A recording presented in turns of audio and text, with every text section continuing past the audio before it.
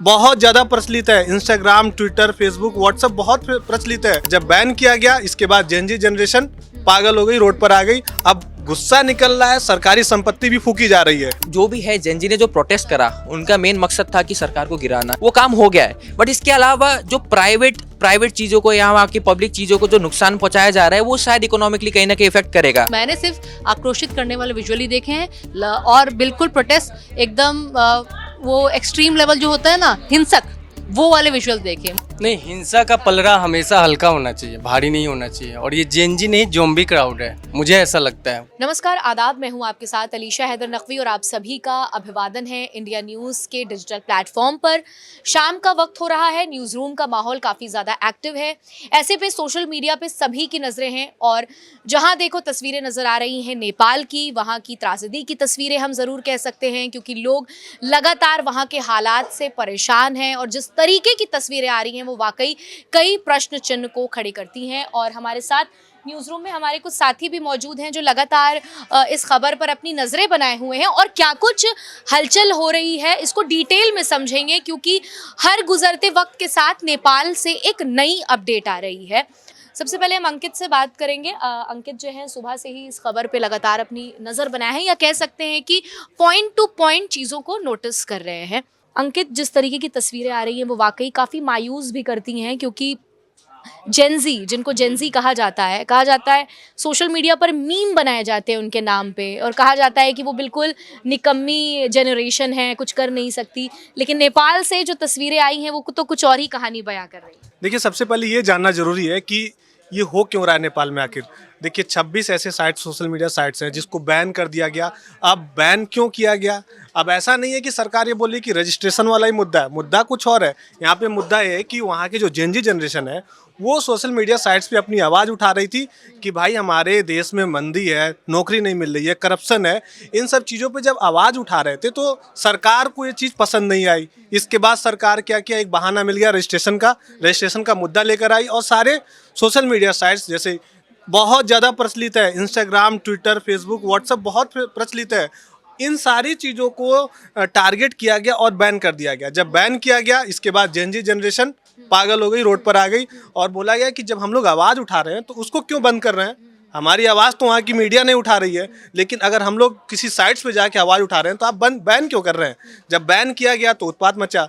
अब पुलिस वाले आए, वहाँ के पुलिस वालों से संभाला नहीं गया, सेना को आना पड़ा, सेना भी नहीं संभाल पाई। इसके बाद जो राष्ट्रपति हैं, प्रधानमंत्री, सब लोग इस्तीफा दे दिया, इसके बाद भी नहीं हुआ। वित्त मंत्री जो वहाँ के हैं उनको घेर के मारा गया, रोड पे दौड़ा के मारा गया। होम मिनिस्ट्री से जो है उनको भी दौड़ा कर मारा गया। जितने लोग बड़े तबके पर बैठे हैं उनको दौड़ा के मारा गया।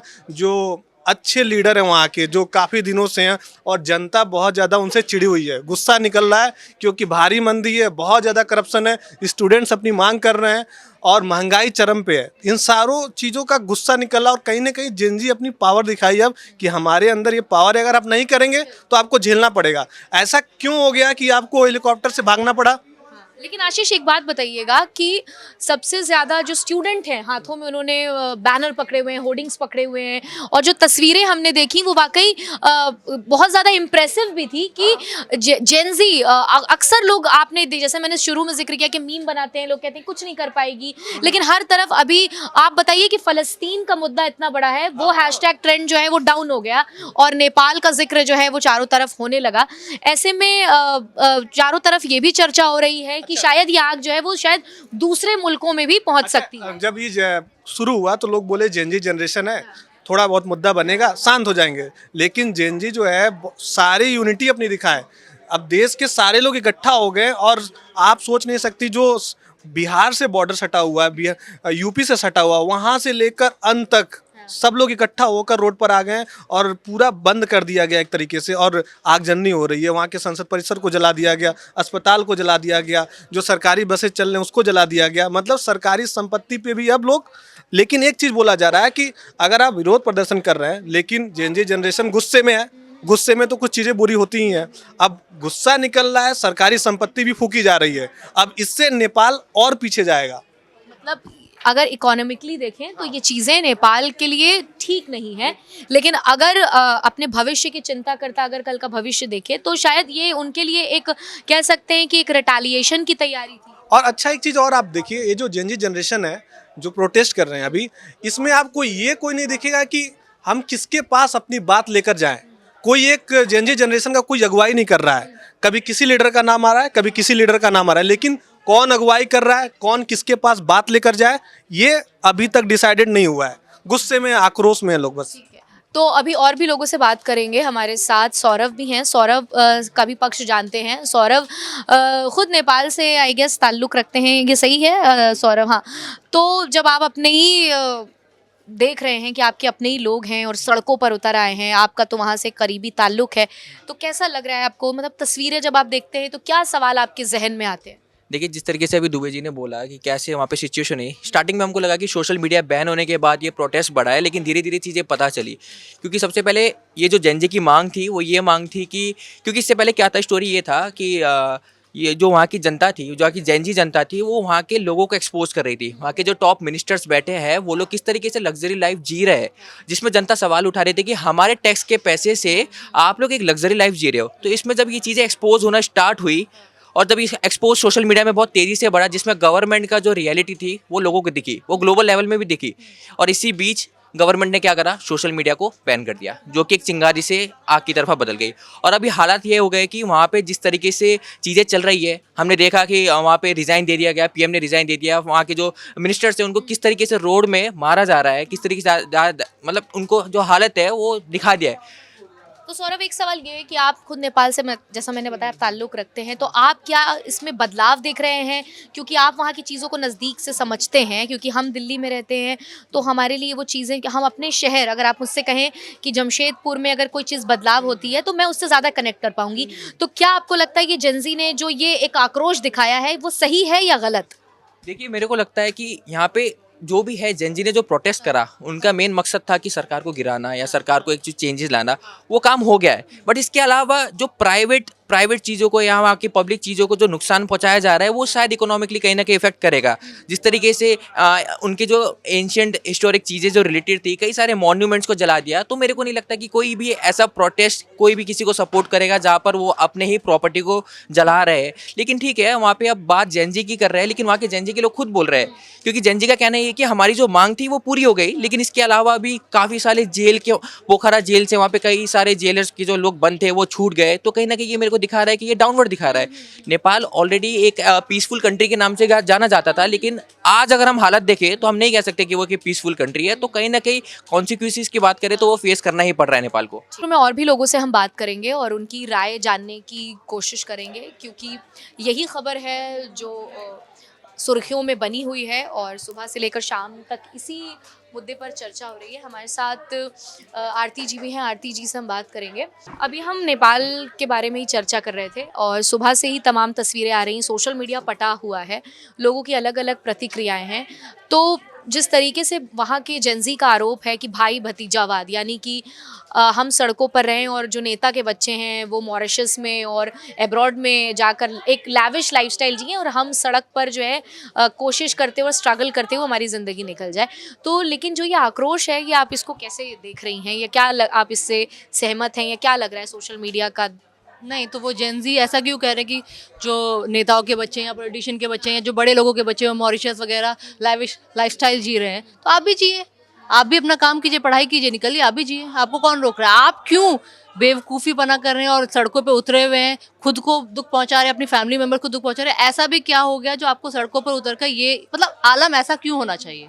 नहीं होना चाहिए मेरे ख्याल में। लेकिन देखिए, सोशल मीडिया में दो तबका है जो बढ़ गया है। एक कह रहा है कि हमारी जब तक खामोशी रहेगी हमें कभी हमारा हक नहीं मिल पाएगा, और सरकार में जो लगातार बदलाव नहीं हो रहे थे और लगातार पावर के लोग ही पावर पोजीशन हासिल कर रहे थे, तो इसको लेकर उनके अंदर गुस्सा सा, और बहुत सारी चीज़ें हैं कि बहुत सारे स्टूडेंट्स की मौत भी हो गई।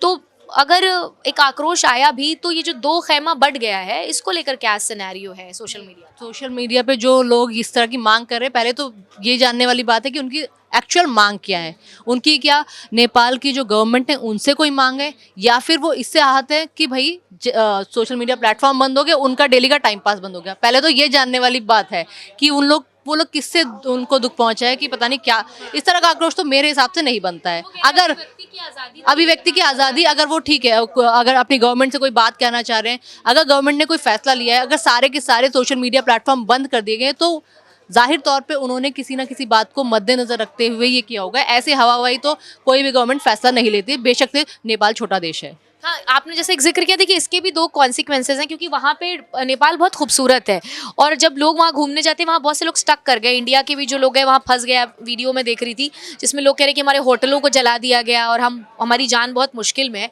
तो मांगे जब उठती हैं तो इस तरीके के कॉन्सिक्वेंसेज होते हैं, तो ये भी कहीं ना कहीं आपको लगता नहीं कि शायद भीड़ का फ़ायदा उठाकर कुछ लोग भी जो हैं शायद नेपाल को बदनाम करने की कोशिश कर रहे हों या नेपाल का माहौल ख़राब करने की कोशिश कर रहे हों, एक्सेट्रा बातें? नहीं, हो सकता है कि कुछ और लोग नेपाल को बदनाम करने की कोशिश करें, लेकिन मुझे लगता है बाहरी जो एनर्जी होती है उससे ज़्यादा अपनी खुद की जो एनर्जी होती है वो नुकसान ज़्यादा पहुंचाती है। तो ये नेपाल के अंदर के लोग हैं, नासमझी में ये काम किया जा रहा है। मेरे हिसाब से नासमझी में अगर कोई प्रॉब्लम भी है तो उसको व्यक्त करने का तरीका है, उसको एक्सप्रेस करने का तरीका है, बहुत शालीनता से आराम से वो एक्सप्रेस हो सकती है। जिस तरह के विजुअल मैंने देखे, मुझे नहीं मालूम आप लोगों ने वो विजुअल देखे कि नहीं, मैंने सिर्फ आक्रोशित करने वाले विजुअल ही देखे हैं और बिल्कुल प्रोटेस्ट एकदम वो एक्सट्रीम लेवल जो होता है ना, हिंसक, वो वाले विजुअल देखे। मुझे नहीं पता उन्होंने शालीनता से बहुत शांतिपूर्वक तरीके से प्रोटेस्ट किया है या नहीं।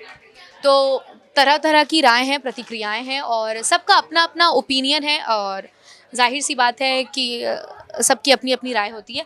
आप इस पूरे मुद्दे को कैसे देख रहे हैं कि जैसा कि मैंने आरती जी से भी जिक्र किया कि दो खैमा बढ़ चुका है, एक है कि जेंजी के सपोर्ट में है और एक कह रहे हैं कि जेंजी में शायद अभी उतनी समझदारी नहीं थी, इस वजह से ये जो है इतना ज़्यादा आउटबस्ट हो गया।